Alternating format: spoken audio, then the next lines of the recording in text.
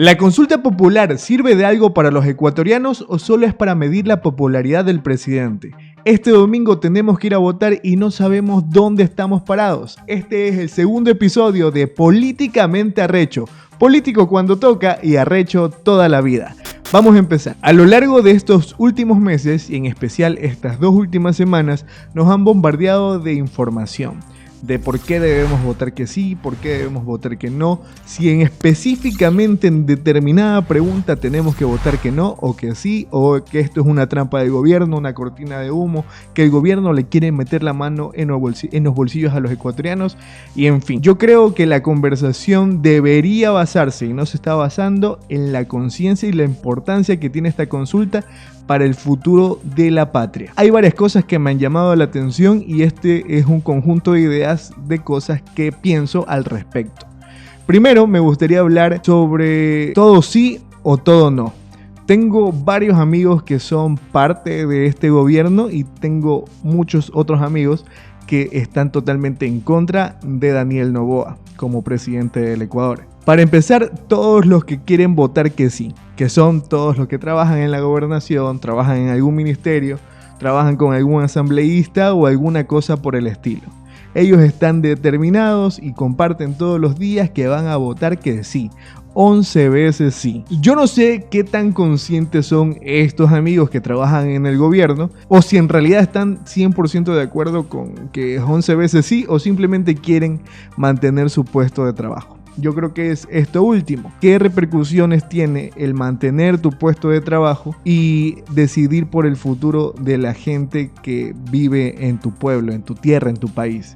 También, pues, todos los que por odio, como lo hablamos la semana pasada, quieren votar todo no y todo es no. O sea, no quiero extradición para los delincuentes, no quiero que las armas que usaron los delincuentes y que fueron incautadas las use ahora la policía y los militares, no quiero que los militares salgan a patrullar las calles.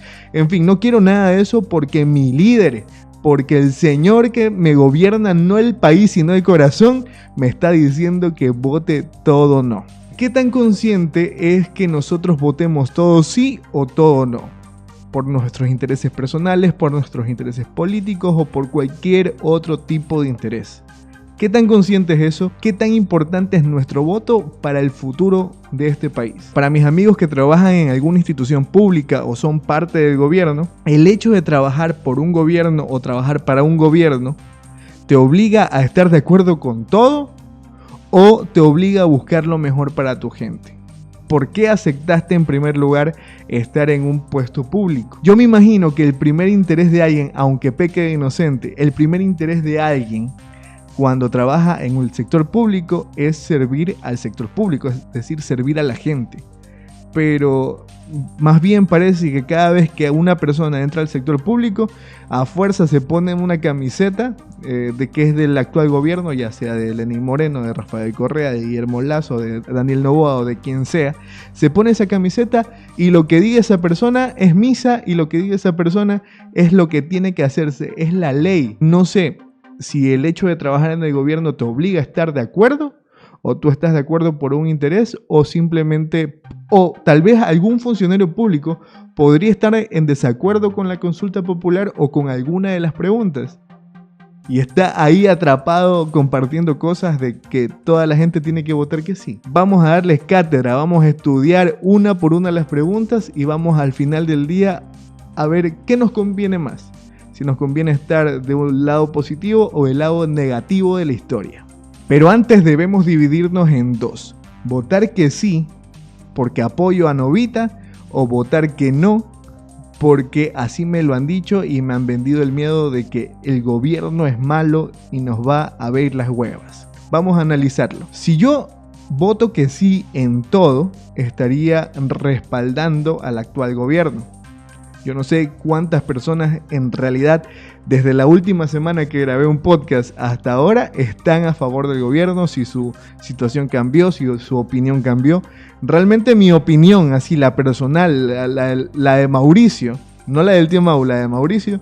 El tío Mau tiene que ser un poco más imparcial, pero Mauricio está cada vez más inclinado al no. He visto y he palpado ciertas situaciones que realmente el gobierno no está solucionando.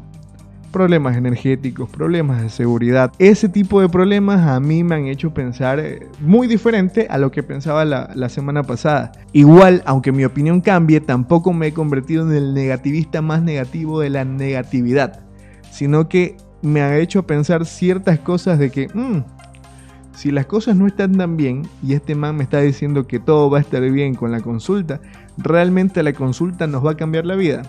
Decir yo 11 veces sí en cada una de las preguntas, rayar el casillero que dice sí, ¿qué conlleva? Cuando hay cosas que yo no entiendo y hay cosas que seguramente mi mamá, mis tías, mi abuela si estuviera viva, tampoco entenderían, porque son términos demasiado complicados y son situaciones demasiado hipotéticas. Pero eso lo vamos a analizar cuando analicemos las preguntas. Calma, pueblo, que aquí estoy yo para leértelas. Antes de la consulta que nos llevará a votar este 21 de abril, ya han existido otras consultas populares. ¿Han resuelto algo? La respuesta inmediata es no. Inclusive en las últimas elecciones se hizo una pregunta sobre la consulta popular sobre el Yasuní y a la final no se respetó la decisión del pueblo. Simplemente era, bueno, vamos a invertir 20 millones de dólares, vamos a invertir 5 millones de dólares, vamos a invertir 60 millones de dólares en una consulta y a la final ¿de qué sirve si todo se va a resolver detrás de una computadora o detrás de un escritorio? Y lo que la gente opinó a la final no valió. Pero si una consulta popular no nos sirve para cambiar alguna situación, ¿para qué nos puede servir? Muchos han dicho que sirve como un medidor de popularidad del presidente. Si la gente vota que sí y él sí gana, significa que el presidente está todo bien para una reelección. Pero si la gente vota que no, significa que tal vez las decisiones que ha tomado, pitearse con México, subir el IVA al 15%, la crisis energética y demás movidas que han pasado en su gobierno, que el mismo hijo de su vicepresidenta esté vendiendo puestos y cosas por el estilo, tal vez hace que el pueblo lo rechace y entonces el presidente no sabría si es buena idea o no candidatizarse para las próximas elecciones. De esa forma podemos medir su popularidad, esa popularidad que algunos dicen que estuvo en 85%, en 65% y no sabemos cómo estará actualmente. Posiblemente el día lunes sabremos en realidad cuáles son esos picos de popularidad e igual no sabremos si la decisión del pueblo se respetó o si hubo ahí cualquier movida para que el sí termine ganando y que la gente diga, Noboa tiene popularidad porque en la consulta ganó el sí. Entonces en las próximas elecciones vamos votando por Noboa. Quizás es simplemente una campaña ahí disfrazada de consulta popular. No lo sabemos, no somos quien para lanzar juicios, pero sí somos lo suficientemente inteligentes como para pensar que alguna de estas cosas podrían estar pasando. Alguna de estas teorías conspirativas. Vamos a ver, mi rey, te explico todo lo que está pasando con esta nota. Ahora sí, déjame mirar las diapositivas. Vamos a analizar una a una las preguntas. Son 11 en total, espero que no se me lleve toda la vida este análisis. Pregunta: ¿está usted de acuerdo con que se permite el apoyo complementario de las Fuerzas Armadas en funciones de la Policía Nacional para combatir el crimen organizado? Básicamente nos están preguntando aquí si estamos de acuerdo con que los militares salgan a patrullar las calles y a apoyar a la policía en allanamientos, en operativos y cosas por el estilo. Actualmente los militares tienen ciertas competencias y por lo general pasan dentro de los cuarteles. Si hay algún conflicto internacional o un conflicto armado interno, ellos pueden salir y pues a hacer ley. Pero habitualmente los únicos encargados de cuidar la seguridad ciudadana son los policías. Si la gente votase que sí, entonces los militares tendrían la potestad de salir. Si votamos que no, las cosas no cambian. Los militares saldrían únicamente cuando haya estado de excepción o que haya un conflicto armado interno. Realmente, los estados de excepción, como ustedes los han ido palpando desde el año 2020 con la pandemia y con todo lo que pasó, se han ido renovando constantemente. Es decir, hemos visto a los militares en las calles, pero también con este conflicto armado interno, los militares, apenas sucedió todo lo que pasó en TC y eso que pasó en enero, también salieron a las calles. Entonces, si es fácil mediante decreto sacar a los militares de los cuarteles y que se pongan a trabajar en las calles, no sé si realmente esta pregunta tiene peso, porque como le digo, mediante un plumazo ya se podría hacer. Sin embargo, hay muchas personas que dicen que en efecto, si los militares pudieran hacer esta labor sin necesidad de un decreto, sería importante para la seguridad ciudadana. Ahora, analicemos la historia y todo lo que ha pasado con las Fuerzas Armadas. Las Fuerzas Armadas y la Policía Nacional siempre han hecho un trabajo de seguridad impecable, pero también ha habido situaciones, casos en las que se les ha pasado la mano. ¿Quién mide a la policía? ¿Quién mide a los militares? Yo creo que si vamos a darle la potestad a un ciudadano con uniforme para que salga a hacer ley, también deberíamos analizar cómo está psicológicamente, cómo está físicamente y demás cosas. Cuando una persona entra a un curso para policía o para militar, ya le hacen todos estos chequeos. Pero, ¿y si el militar lleva ya 5, 6, 10 años dentro del ejército? ¿Cómo se mide sus capacidades como para salir a darles seguridad a la ciudadanía sin que se le pase la mano? Entonces aquí pues yo estoy de acuerdo. Yo sí digo que sí, que los militares tengan esta potestad, pero el gobierno debería garantizarnos la seguridad, inclusive de los mismos militares. Porque si al militar se le pasa la mano, ¿de quién va a ser la culpa? Vamos con la pregunta 2. ¿Está usted de acuerdo con permitir la extradición de ecuatorianos con las condiciones, requisitos, restricciones e impedimentos establecidos en la Constitución? A ver, hay delitos que merecen extradición, y entre los delitos que estaban en el anexo están el terrorismo y los delitos contra la humanidad. La extradición solo se va a poder llevar a cabo si el otro país dice: yo quiero extraditarlo a ese delincuente. Una de las condiciones del anexo es que no se aplique la pena de muerte o penas inhumanas para estos criminales. Yo votaría que sí, pero en realidad tienen que existir otros mecanismos de justicia a la par de esto. Igual, y no sé si por ejemplo alguien comete un delito, qué tan rápido se lo va a poder extraditar. Eso no está explicado en el anexo. Pero si me preguntan a mí, yo votaría que sí. No sé ustedes qué piensan al respecto, y yo creo que es buen momento para invitarlos a que comenten este podcast, este video, y me digan qué piensan ustedes de cada una de las preguntas. Igual, y pueden dividirlo, pues en la pregunta A pueden poner sí, no, en la pregunta B pueden poner sí, no, y ustedes me dicen, o me van diciendo, pues qué deciden ustedes. Ustedes tienen la decisión el domingo, y acá abajo podemos funcionar un poco como encuesta. Pregunta número 3. ¿Está usted de acuerdo con el establecimiento de las judicaturas especializadas en materia constitucional, tanto en primera como en segunda instancia, para el conocimiento de las garantías jurisdiccionales que les corresponda? Yo voto que sí. En nuestro país, si por ejemplo alguien comete un crimen en Quito y lo meten preso, un man de Zaruma, de acá en la provincia del Oro, firma un habeas corpus y al otro día ese delincuente ya sale, sin tener contexto, sin saber qué pasó, o puede ser inclusive amenazado por algún grupo organizado o amenazado por alguien. Entonces firma el habeas corpus y le dan libertad a ese delincuente. Yo voto que sí, porque cada habeas corpus o cada medida de justicia se tome en el territorio. Es decir, que si el criminal cometió su delito acá en Machala, un juez de acá de Machala, si cree necesario darle un habeas corpus o alguna medida, pues que sea de acá de Machala. Y también pues que se cuide la vida de cada uno de estos jueces que firman los habeas corpus, porque está pasando en nuestro país eso de que ni siquiera la gente que imparte justicia, bueno, la gente que imparte justicia está siendo corrupta y la gente que imparte justicia está siendo amenazada. Entonces no sabemos si lo está haciendo por corrupción o por amenazas, y estar en el territorio yo creo que le servirá un poco como para ir midiendo eso. Pregunta número 4 o D. ¿Está usted de acuerdo que el Estado ecuatoriano reconozca el arbitraje internacional como método para solucionar controversias en materia de inversión, contractuales o comerciales? Esta es una de las preguntas más polémicas. En esta pregunta hay que hablar las cosas como son. No sabemos cuál es el interés, o sí sabemos, pero no lo queremos decir, cuál es el interés de Daniel Noboa con que la gente vote que sí en esta pregunta.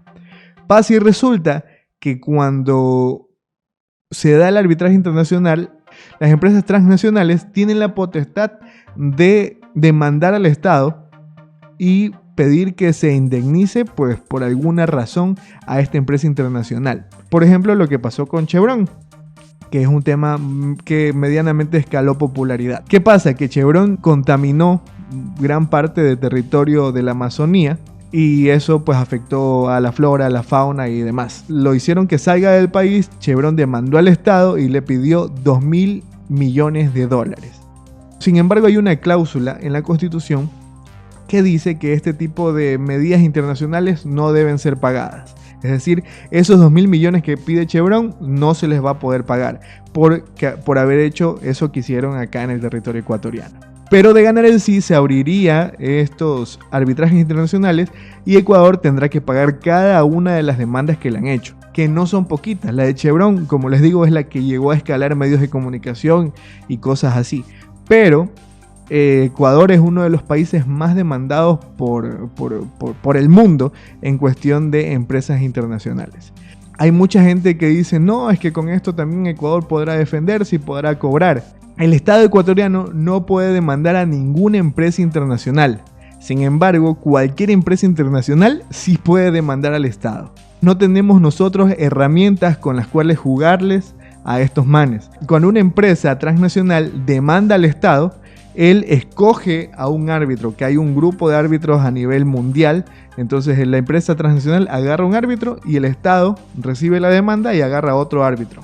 De estos dos árbitros, tienen que buscar a un tercero que va a ser como el que va a lidiar toda la movida. ¿Qué pasa? Entre más billete tenga la empresa, va a poder comprar al otro árbitro. Entonces serían dos árbitros contra uno, que es el del Estado ecuatoriano. E inclusive a ese tercer árbitro, por ser internacional, se lo podría comprar. Entonces, a la final, la mayoría de estas demandas lo que procuran es coquetearme más. Al final, la mayoría de estas demandas lo que procuran es cuidar la inversión, cuidar el billete de la empresa transnacional. Yo en esta pregunta voto que no y no entiendo realmente cuál es el interés, o bueno, sí lo entendemos pero no lo queremos decir, de Daniel Noboa en que esta pregunta vaya justamente detrás de las preguntas de seguridad, como para arrastrar, que la mano se arrastre casillero por casillero. Quizás nosotros pecamos de maliciosos, pero está muy raro todo este asunto. Yo, por ejemplo, no tengo empresa internacional, mi compa no tiene empresa internacional, entonces no sé realmente por qué consultarle al pueblo algo que posiblemente no beneficie al pueblo. Vamos con la siguiente pregunta, papi. Pregunta número 5. ¿Está usted... Qué rico. ¿Está usted de acuerdo con enmendar la Constitución de la República y reformar el Código de Trabajo para el contrato de trabajo a plazo fijo y por horas? Pregunta densa también. Aquí sí voy a contar un poco de lado y lado lo que he escuchado. Porque aunque uno lea, siempre hay huecos argumentales en la movida. Una de las cosas que más se discute sobre esta pregunta es cuánto va a valer la hora de camello. Es decir, hay gente que ha dicho que la hora va a costar $7, hay gente que ha dicho que no, que va a costar 5, y por último se quedó como en $1.80. Entonces, si no está especificado, ¿cómo yo me arriesgo a rayar que sí y que a la final la hora del trabajador cueste 50 centavos porque así se le ocurrió a la ministra o al ministro de Trabajo? Ese es uno de los mayores peros que se le ha visto a la pregunta. Estoy medianamente de acuerdo con la gente que está de acuerdo con el sí. ¿Por qué? Porque en nuestro país no hay trabajo. Solamente el 36% de la población económicamente activa tiene un camello. Y el resto de la gente no es necesidad de votar que sí o sí no, porque ya tienen situaciones o ya tienen espacios de trabajo precarios. Es decir, no pueden ganar un sueldo básico, viven con $2 o $3 el día, se gastan todo en transporte. La situación en materia de trabajo está delicada en nuestro país. Por esa razón yo podría llegar a entender a una persona que me diga que tengo que votar que sí. Pero también el hecho de votar que no refleja que, bueno, no hay trabajo, pero tampoco es que me puedo regalar. Yo soy doctor, o sea, me fajé para poder estudiar medicina y a la final no consigo trabajo porque hay una sobrepoblación de doctores, pero sí puedo conseguir un trabajo por horas. Aquí sí les diría lo siguiente: la consulta popular es una ruleta rusa. Si nosotros votamos que sí, realmente no sabemos lo que va a pasar. Puede que el gobierno se lo pase por el forro y que no pase nada, o puede que el gobierno tenga las herramientas para jodernos, como algunas personas lo están diciendo. Si votamos que no, podríamos decir que estamos de acuerdo con la situación actual, pero de cierta forma es nuestra zona segura el no. Porque si votamos que sí, no sabemos. Si votamos que no, todo se mantiene igual. Aunque puede que la consulta también se la pasen por el forro y de todas formas firmen cualquier nota y hagan que el trabajo por hora sea una realidad. Porque la mayoría de preguntas que están en la consulta popular se pueden simplemente ejecutar mediante un plumazo, una firma, un decreto o llevarlo a la asamblea y hacerlo una realidad. Por eso es que algunas personas están diciendo como que la consulta no sirve para nada. Este sí es momento para preguntarles, ¿ustedes qué piensan alrededor de esto que les acabo de contar? Votar que no significa nada, votar que sí nos abre un cúmulo de posibilidades, unas buenas y otras malas. De aquí en 30 días recién sabremos cuánto va a costar la hora, cómo va a ser el sistema de trabajo y demás detalles que en estos momentos nos preocupan. A mí sí me gustaría que todos estos detalles ya se hayan presentado. ¡Hey! Ecuador en el anexo no dice nada, pero yo, el ministra de Trabajo, les digo que estas van a ser las cosas y consecuencias de que ustedes voten que sí o que voten que no. Eso para mí hubiera sido importante, sin embargo, hemos visto memes, bailes y cosas por el estilo, pero nada de información por parte del gobierno. Pasemos a la siguiente pregunta. ¿Está usted de acuerdo con que las Fuerzas Armadas realicen control de armas, municiones, explosivos, accesorios permanentes en las rutas, caminos, vías y corredores autorizados para el ingreso a los centros de rehabilitación social? En efecto, caballeros, yo estoy de acuerdo. Es simple. Las Fuerzas Armadas van a poder requisar armas cerca del perímetro de la cárcel. En realidad, las Fuerzas Armadas tienen la potestad de en cualquier parte de la ciudad, en cualquier parte del país, hacer una requisa de armas y llevárselas. Tiene la potestad de hacerlo. Sin embargo, pues con esta respuesta reafirmaremos que lo puedan hacer en un perímetro cercano a las cárceles, que en realidad ya pueden hacerlo. Simplemente esta pregunta yo sí diría que es un poco de relleno. Siguiente pregunta. ¿Está usted de acuerdo con que se incrementen las penas de los delitos de terrorismo y su financiación, producción y tráfico ilícito de sustancias catalogadas sujetas a fiscalización? Sí, estamos de acuerdo. Si un man decide delinquir en nuestro país, ya sea por la situación que sea, porque no hay plata, porque no hay salud, porque no hay educación, que son todos problemas del gobierno, pero si una persona decide irse por ese camino y lo detienen en ese proceso, su pena tiene que ser la que tiene que ser. Y si se puede más años, pues que sean muchos más años. Y quizás sea una forma de decir, hey, si te vas por el camino malo, estos son los años que te esperan. Vamos, siguiente pregunta. ¿Está usted de acuerdo con que las personas privadas de libertad cumplan la totalidad de su pena dentro del centro de rehabilitación social? Es decir, que por delitos de secuestro, extorsión y tráfico de influencias, las personas no tengan derecho a prelibertad ni a libertad condicional. También estoy de acuerdo. Si una persona decide cometer un crimen e irse por ese camino, las consecuencias son estas. Y eso quizás le sirva de escarmiento a una persona que está pensando en desviarse.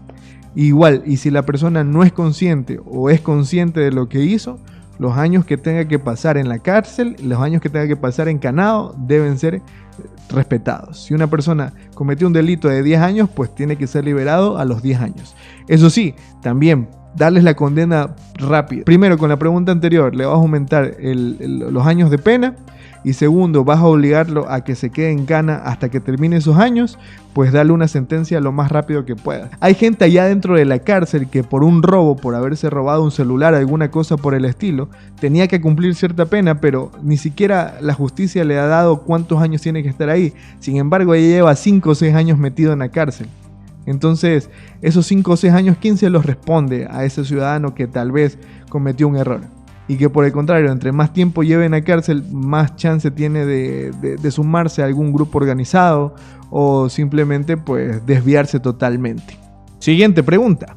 ¿Está usted de acuerdo con que se tipifique el delito de tenencia o porte de armas, municiones o componentes que son de uso privativo de las Fuerzas Armadas o de la Policía Nacional?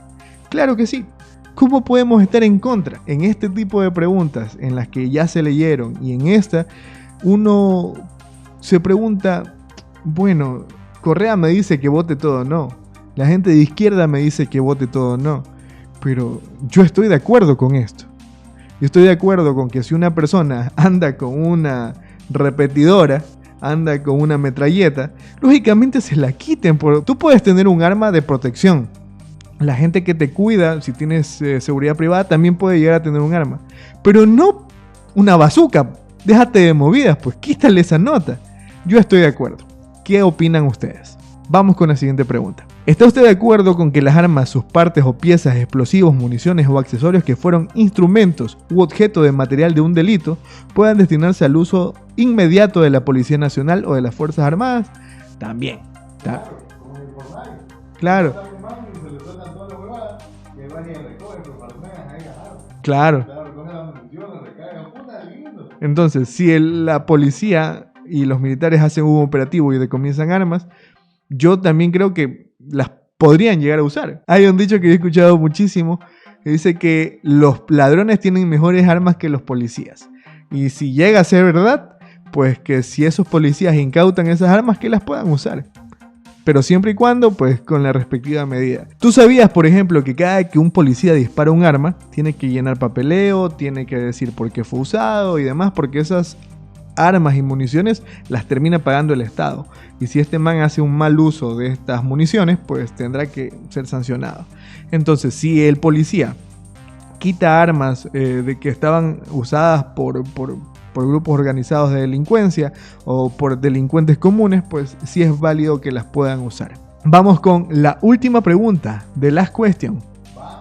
Vamos. ¿Está usted de acuerdo con que el Estado proceda a ser el titular propietario de los bienes de origen ilícito o injustificado? ¿Qué pasa si atrapan a un narco de mucho billete que tenía tierras, que tenía armas, que tenía mansiones, edificios, muchas propiedades? Pues en efecto, pues cada una de estas cosas que fueron incautadas o no fueron justificadas, el Estado debería poder hacer uso de ellas. Si el gobierno puede incautar estas propiedades y dárselas a que funcionen a beneficio del pueblo, pues yo también estoy de acuerdo. Hemos leído las 11 preguntas de la consulta popular. Hemos hablado de cada una de ellas. A nuestro futuro no va a afectar. Yo creo que el próximo gobierno pues tendrá que tomar medidas relacionadas a materia de seguridad, que la justicia debe ser reformada. Ya sabemos pues todo lo que ha pasado con el caso Metástasis, el caso Purga, y que la justicia mismo está muy embarrada de mucha sociedad. Para que esto se pueda reformar, para que este camino desviado se pueda enderezar, va a pasar mucho tiempo.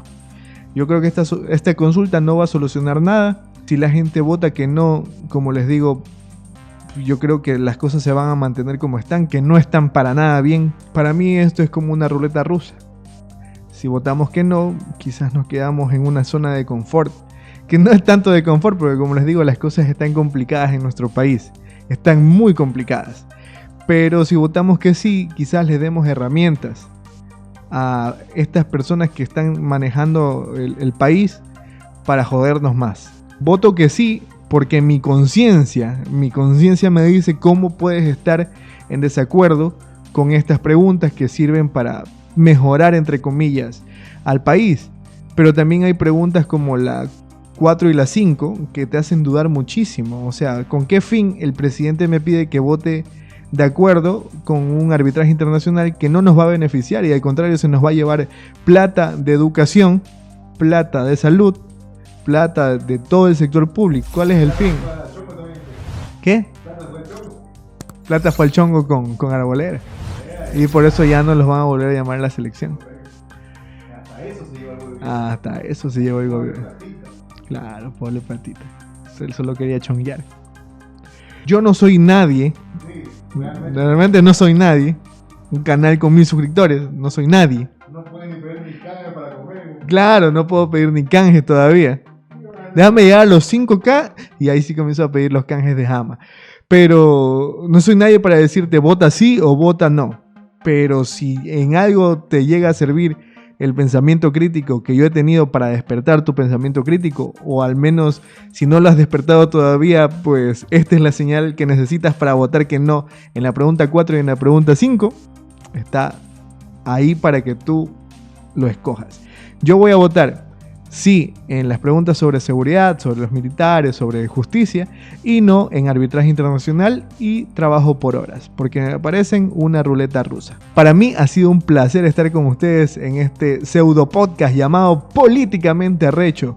Político cuando toca, pero arrecho toda la vida. Nos vemos la próxima semana. Dejen ahí temas de los que podríamos hablar igual.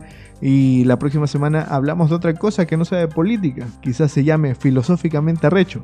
¿Quién lo sabe? Yo no, porque no vivo todavía la próxima semana. Si ven, comenzamos filosóficos desde ahorita. Nos vemos, suscríbanse y pásenla muy bien. Este domingo no vayan tan temprano a votar porque lo pueden dejar en mesa. Si su pan está en mesa y su pan está divorciado, llévenle por ahí cualquier comidita porque no los dejan salir a comer. Lleven la cédula, lleven el pasaporte, no importa si está caducado. Lo que sí, llévenla en físico. Así no se lean las letras, tienen que llevar ustedes su cédula ahí en físico porque si la llevan en el teléfono no vale. No quieren votar, vayan a las 5 de la tarde y díganle al man que está ahí, al militar, díganle: ay, es que no pude llegar. Entonces el militar le va a decir: ya se cerraron las votaciones, pero aquí está su papel, llévese. Cómprese un raspado, una empanada, algo, reactivemos el comercio informal pequeño. Y pues nada, yo soy el tío Mau y nos vemos la próxima. Igual, y aunque mi opinión cambie, tampoco es que me he convertido en el negativista más negativo de todo E igual, aunque mi opinión cambie, tampoco es que me he convertido en el negativista más negativo de la negatividad.